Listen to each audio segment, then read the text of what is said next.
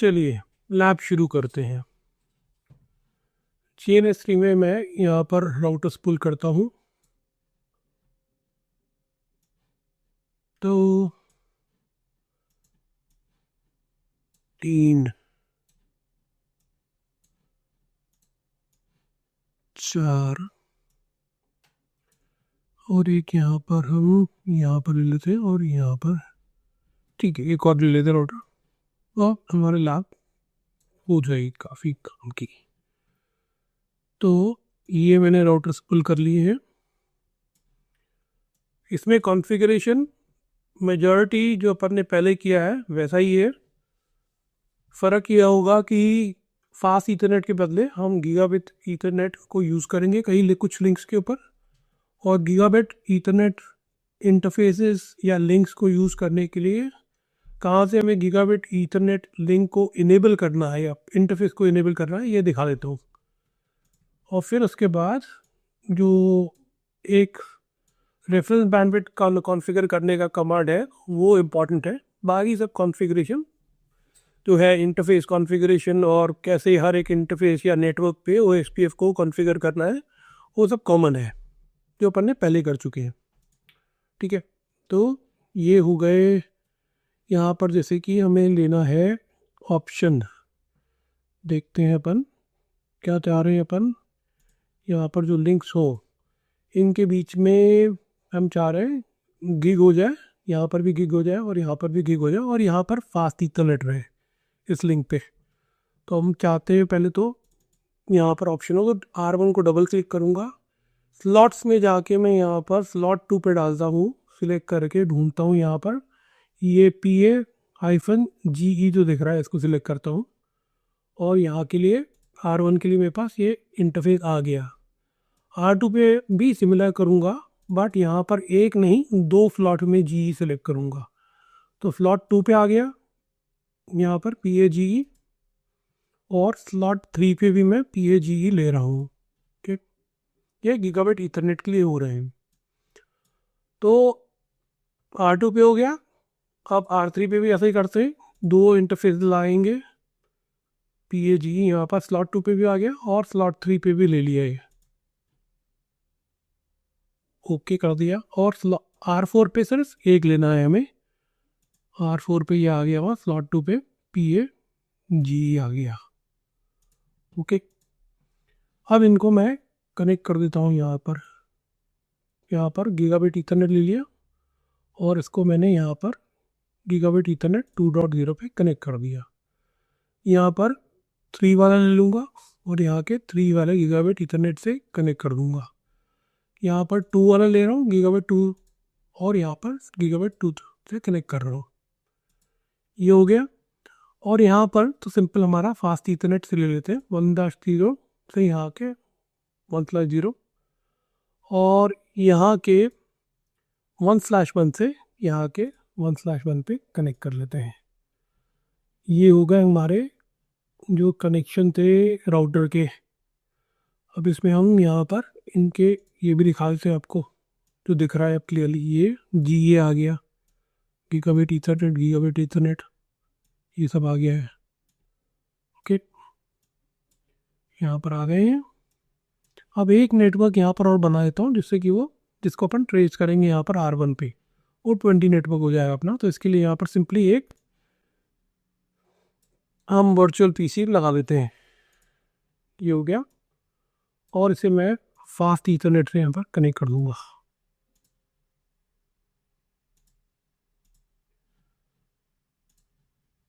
ये हो गई मेरी सब टोपोलॉजी रेडी। अब यहाँ पर मैं वीडियो को पॉज करूँगा, रिकॉर्डिंग को पॉज करूँगा और इसमें पॉज जब मैं वापस आऊँगा पॉज के बाद तो यहाँ पर जितने भी है इंटरफेस को लेबल कर चुका हूँ और नेटवर्क दे चुका हूँ, फिर उसके बाद आगे बात करूँगा। अभी मैंने ये जितने भी राउटर्स थे उनके बीच में जो नेटवर्क्स हैं उन सब डिफाइन कर दिए हैं और फिर इनके ऊपर ये .1 .2 भी डाल दिया, .3 .4 .5 जो इनके इंटरफेस के IP एड्रेस होंगे। नेक्स्ट अब इनको मैं जाके स्टार्ट करूँगा, स्टार्ट कर लेता हूँ इन सबको मैं। टर्न ऑन करता हूँ सबको, और अगेन इनको मैं अभी यहाँ पर वीडियो को पॉज करूँगा, और पॉज करने के बाद इन सब राउटर्स के ऊपर इंटरफेस कॉन्फ़िगरेशन कंप्लीट करके फिर मैं वीडियो को रिज्यूम करूँगा।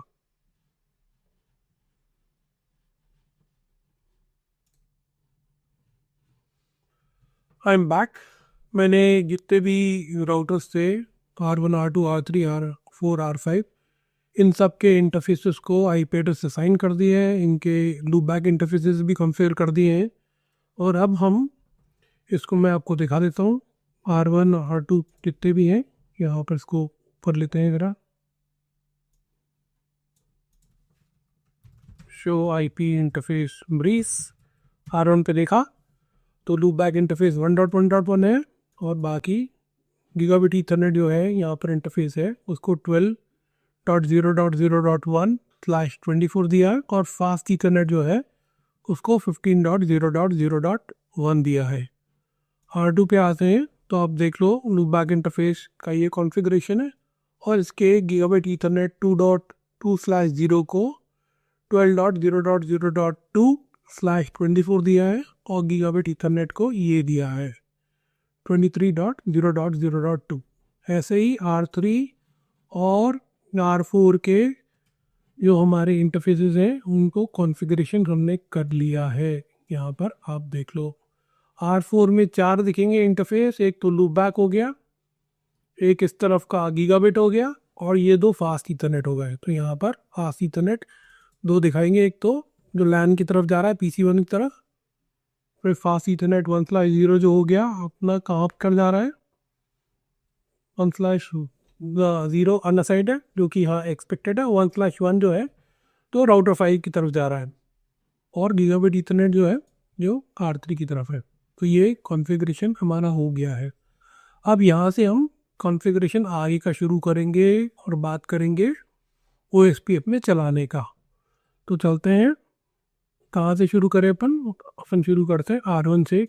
Configuration, configure terminal, router OSPF मिल लिया 20, और यहाँ पर हमने बोला नेटवर्क, बोला कौन सा भी चाहिए 12.0.0.0 followed by inverse mask 5 area 0, और ऐसे ही हमने ले लिया नेटवर्क 15 को, जो कि 15 जो नेटवर्क है R1 और R5 के बीच में है। ये कर लिया हमने। और अब हमारा आता है जो ऑटो कॉस्ट कमांड देना है, रेफरेंस बैंडविड्थ यहाँ पर हमें चेंज करनी है 1000 के बदले 10,000। यहाँ पर जो डिफ़ॉल्ट वैल्यू होती है जो 100 Mbps होती है उसको हम ये कर रहे हैं 10,000। जैसे ही मैं ये करूँगा तो ये एक मेरे को मैसेज देगा यहाँ पर, उसको देख लेते हैं। Please ensure reference bandwidth is consistent across all routers. ये हमें एक मैसेज दे रहा है कि प्लीज़ ये आप इंश्योर कर लेना कि सभी जितने भी राउटर इस टोपोलॉजी में सब पे ये कमांड दिया गया है। वो जो रेफरेंस बैंडविड्थ है वो हर एक राउटर पे सेम रखनी चाहिए। ओके, तो R1 का कॉन्फ़िगरेशन हमारा कंप्लीट हो गया है। अब हम चलते हैं R2 पे। R2 पे चल के figure terminal, router OSPF 20, network यहाँ पर हमें 2 डालने हैं, 12 नेटवर्क डालना है, और इसको पहले कर लेते हैं एरिया 0। 12 नेटवर्क आ गया R2 पे, और दूसरा डालना है हमें 23 नेटवर्क। 23 नेटवर्क डाला, और पीछे वो बैकग्राउंड में हमें एक मैसेज आ गया कि R1 के साथ जो उसका एडजेसेंसी वो फुल हो गई है, आ गई है। और यहाँ पर ऑटो कॉस्ट वाला कमांड भी देखना है, रेफरेंस बैंडविड्थ तो 1000 और ये 10,000। तो यहाँ पर भी जैसे मैं एंटर करूँगा तो ये कमांड देगा, वो मैसेज देगा कंसिस्टेंसी रखने के लिए। ये भी हो गया। R3 पे चलते हैं कॉन्फ़िगरेशन करने के लिए। कॉन्फ़िगर टर्मिनल, यहाँ पर राउटर OSPF 20, नेटवर्क यहाँ पर आएंगे हमारे R3 पे कौन सा 23 नेटवर्क, एरिया 0, और आएगा 34 नेटवर्क हो गया।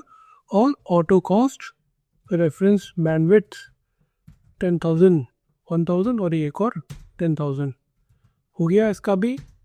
अब यहाँ पर R3 पे कॉन्फ़िगरेशन किया है तो R2 के साथ इसकी एडजेसेंसी आ गई है, ये हमें यहाँ दिख रहा है इस मैसेज से।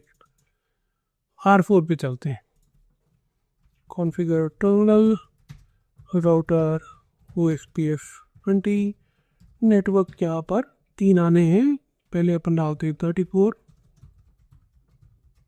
0.0.0.255 एरिया 0, ये हो गया।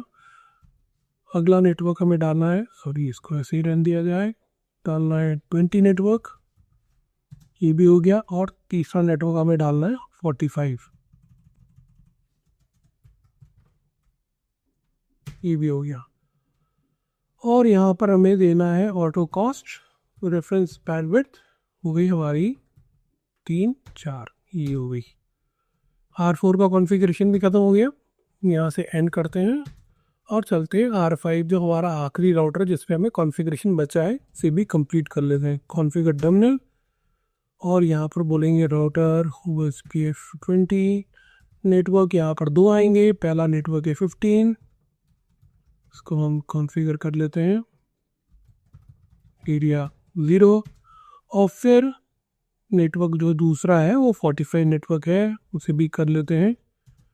और ऑटो कॉस्ट वाला रेफरेंस बैंडविड्थ वाला यहाँ पर भी डाल देते हैं 3 4, ये हो गया। तो दोनों एडजेसेंसी जो थी इसकी आ गई हैं, बन गई हैं ये और ये। तो हमारा जो कॉन्फ़िगरेशन हम जो चाहते थे वो कंप्लीट हो गया है। तो अभी इस सिनेरियो में अगर हम देखें तो इस रेफरेंस बैंडविड्थ जो हमने 10,000 डाली है उसके हिसाब से यहाँ पर कितना है, इसकी लिंक की कॉस्ट कितनी है 100, क्योंकि ये फास्ट ईथरनेट है। इस इंटरफेस या इस लिंक की कॉस्ट क्या है 100 और इसकी क्या है 100, तो यहाँ से जो पाथ है वो टोटल 300 है। अगर R5 के नज़रिए से देखूंगा मैं तो यहाँ पर मेरे को क्या दिखेगा, कॉस्ट जो दिखनी चाहिए 20 नेटवर्क की क्या है वो देख लेते हैं अपन। शो IP राउट करके देखते हैं और 20 नेटवर्क पे अपन ध्यान देते हैं। 20 नेटवर्क के लिए ये क्या बोला है 200, ठीक है ना। 200 क्यों, क्योंकि ये फास्ट ईथरनेट की 100 हुई और ये वाले की 100 हुई तो 200 हुई। ऑलराइट, R4 के नज़रिए से, R4 भी तो ये डायरेक्टली कनेक्टेड, R3 के नज़रिए से कितनी होनी चाहिए यहाँ पर 100, और क्योंकि ये गीगाबिट है तो 100 + 1 101 होनी चाहिए। वो देख लेते हैं इसको R3 पे शो IP राउट और देखते हैं हमें ऐसे भी दिखाता है क्या, सिर्फ इसे देखना चाहे तो दिखा देता है। तो यहाँ पर क्या बोल रहा है ये 110, 101 नहीं 110, let me correct my self. क्यों है, क्योंकि ये तो फास्ट ईथरनेट का हुआ 100 कैसे आया, 10,000 डिवाइड बाय फास्ट ईथरनेट की बैंडविड्थ कितनी होती है 100, तो 10,000 डिवाइड बाय 100 इज 100, तो यहाँ का तो 100 था। और ये जो लिंक है यहाँ पर कितना है गीगाबिट, जो reference bandwidth 10,000 divide by interface bandwidth जो है 1,000, तो कितना है 10, इसलिए 100 + 10 इज 110, ये सही दिखा रहा है। R2 पे चल के देखेंगे तो हमें क्या दिखना चाहिए, एनी गेस, अगर गेस कर लिया तो ठीक है, नहीं तो सही आंसर है 120। 100 इसका, 10 इसका और 10 इसका, तो शो IP राउट करके देख लेते हैं 100 20.0.0.0 और ये दिखा रहा है 120, ठीक है। और नेक्स्ट स्टॉप क्या है इसका, जो कहाँ पॉइंट कर रहा है R3 के इंटरफेस IP एड्रेस की तरफ पॉइंट कर रहा है 23.0.0.3। अब आते हैं हम R1 के पास।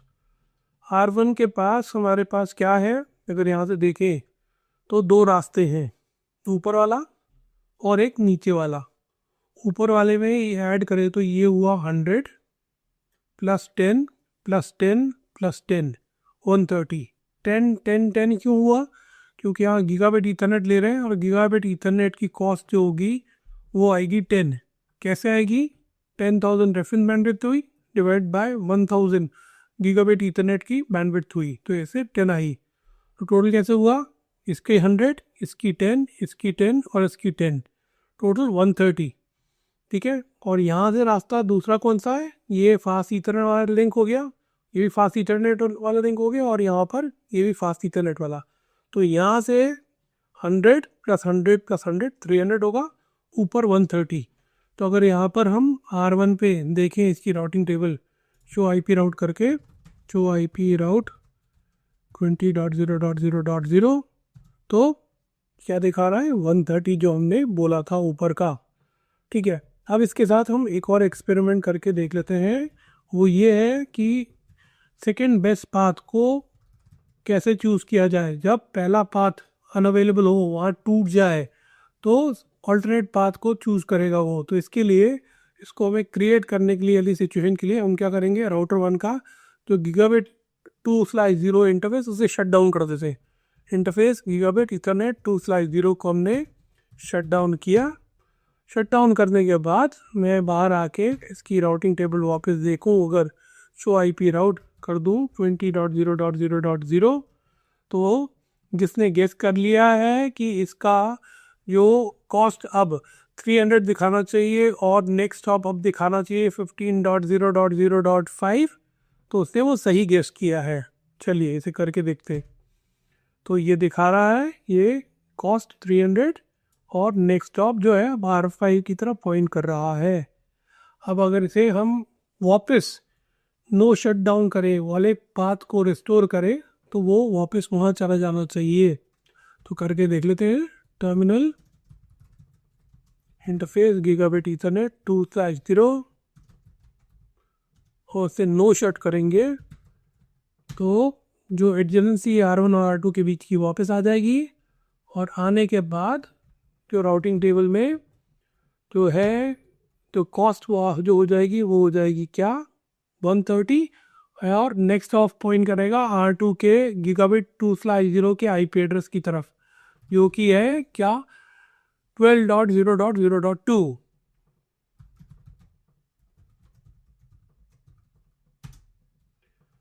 ये हो गया इसका कॉस्ट 130 और ये नेक्स्ट ऑफ दिखा रहा है ये। तो इसके साथ ये लैब हमारी जो हम करना चाहते थे ये कंप्लीट हो गई। क्विकली मैं समराइज कर देता हूँ क्या किया है हमने इस लैब में और क्या इंपॉर्टेंट पार्ट्स हैं जो आपको ध्यान रखने के हैं। इस लैब में हमने 2 पार्ट्स रखे, दिखाने के लिए रखे अलग अलग, दोनों का अलग नंबर ऑफ राउटर्स रखे यहाँ पर। और यहाँ इस पाथ पे हमारे कितने राउटर्स थे, टोटल 4 थे, और इस पाथ में हमारे 3 राउटर हैं 20 नेटवर्क को जाने के लिए। ऊपर वाले पाथ में हमने, इवन दो हमारे पास ज़्यादा नंबर हॉप है, पर क्योंकि वो गीगाबिट ईथरनेट है, ठीक है, तो वहाँ पर हमने ये डिफरेंस दिखाने की कोशिश करी है। नीचे वाला पाथ हमने फास्ट ईथरनेट का ही रखा है, और गीगाबिट ईथरनेट को इफेक्टिव लेने के लिए, डिफ्रेंशिएट करने के लिए फास्ट ईथरनेट से हमने क्या किया था, जो डिफ़ॉल्ट रेफरेंस बैंडविड्थ थी उसे 100 Mbps से मॉडिफाई करके 10,000 Mbps किया था। ठीक है, और हमने एक बार स्विच करके भी देखा बैक एंड फोर्थ कि अगर एक पाथ जो सिलेक्टेड है अगर वो अनअवेलेबल हो जाता है तो अल्टरनेट पाथ की तरफ जाएगा, और फिर जब वो वाला पाथ वापस अच्छा वाला वापस आ जाता है तो जो वो नेक्स्ट स्टॉप है वो अच्छे पाथ के नेक्स्ट राउटर की तरफ पॉइंट करना शुरू कर देगा। ऑलराइट, होप आप इस लैब को ट्राई करके देखो, और अगर कोई डाउट हो तो प्लीज़ कमेंट सेक्शन में कमेंट करके पूछ लेना। अभी याली लैब यहीं पे हम समाप्त करते हैं।